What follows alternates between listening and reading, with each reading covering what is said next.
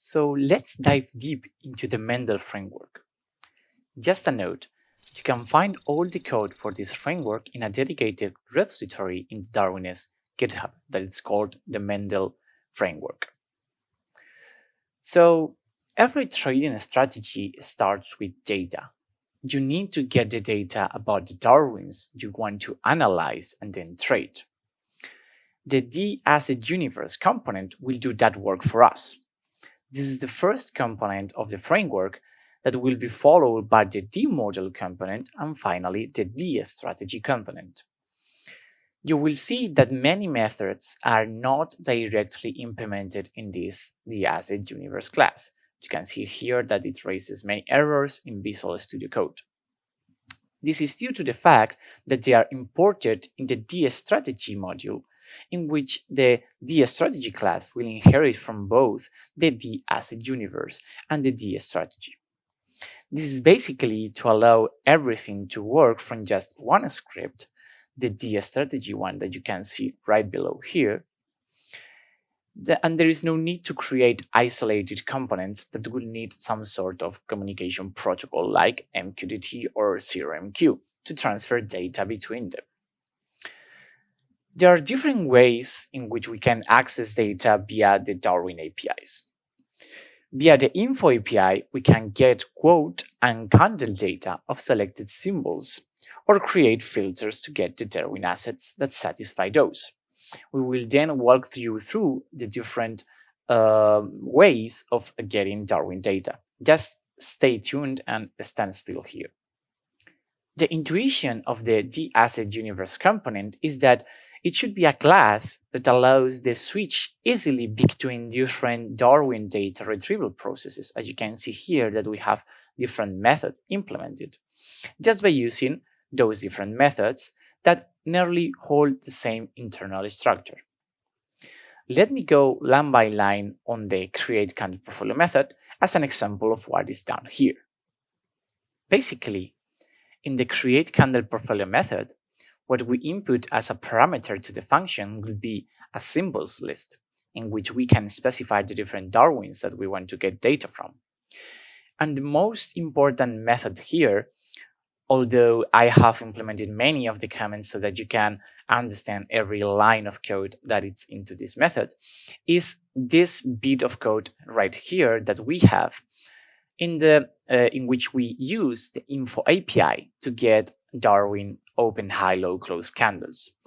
As you can see here, that method gets some parameters like the symbols, the resolution in which we can select different resolutions that we may want, the from date time to get the historical data starting date time, and the to date time to get the final historical data end time.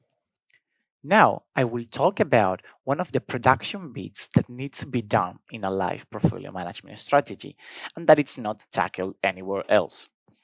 As the initial strategy idea is to use the online portfolio selection algorithms on the MLFinLab package to daily rebalance a fixed portfolio of Darwins, if you think about it, we will need to execute our allocation algorithm previous to the close of the Darwin exchange, or alternatively, the underlying trading markets of the Darwin. Certainly, you can execute the strategy at any time you want. I will leave a link about the discussion related to this way of rebalancing methods that was conducted on the GitHub issues of the MLFinLab package, together with the commentation about when the Darwin exchange remains closed in the weekdays. Anyway, in any of the rebalancing techniques that you could use, you need to have the most recent quotes of the different assets in your portfolio to make the subsequent calculations. In this case, there is no need to maintain a live streaming of prices and aggregate them. It is sufficient to request the lowest resolution candles, that is, 1-minute candles, and get the one that just has closed as the last and most representative quote. This is done in the create most recent quote method. As you can see here, I'm just doing the exact same call to the get Darwin open, high, low, close candle method, but in this case, I'm trying to get candles of 1 minute, and I just get a date time from, or a starting date time of 3 minutes of the last 3 minutes. Once that I get that, I just get the last candle value with this line of code here, and then return that to be able to append it onto the bigger data frame that has all the daily values for the different Darwins. In this case, I will just take 9 p.m. UTC time as my close time, as the close happens at 4:59 New York time, that is 20:59 UTC time, and execute the strategy at 20:58, as it is highlighted just here in the comments.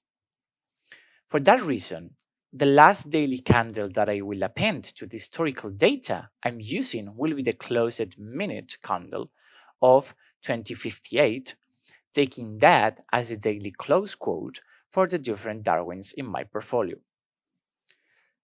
For convenience, I will append the series just right here, replacing the daytime with the 9 p.m. time so that they actually maintain the integrity of the data frame created, being the last quote with today's date, but with the same close time as other entries. Of course, you can tweak anything you want to fit your needs in terms of latency or a strategy specific, and for example, pick 2059 as the execution time. Just watch out for the execution time of your world framework and handle that optimally. If we return back to the collapse view of the DAssetUniverse class, you can see that I have also implemented other methods to get Darwin data. If you just look at their names, you will understand what they are doing. But in any case, I will just go line by line to explain them to you. If we go to the create filtered candidate portfolio, this method will get filtered the Darwins based on the different filters that you may specify in the filters parameter. Then the filtered symbols will be wrapped up onto a list and passed to the create candle portfolio method down below here, so that you can get the historical data that you may want at that point in time. If we get to the create filter portfolio, in this case, it's the same method that we use in the create filtered candidate portfolio one, but with the difference that we are not going to get directly historical data of the different Darwins. Maybe you want to just propose a filter and invest in those Darwins directly without the need of historical data. Furthermore, I have also implemented a de-streaming quotes component with the WebSocket API that you will find in the test scripts folder, and you can start playing with it to understand the difference between getting data via the info API. This is it for the DAssetUniverse component. I hope that you have liked this video, and I will see you in the next one.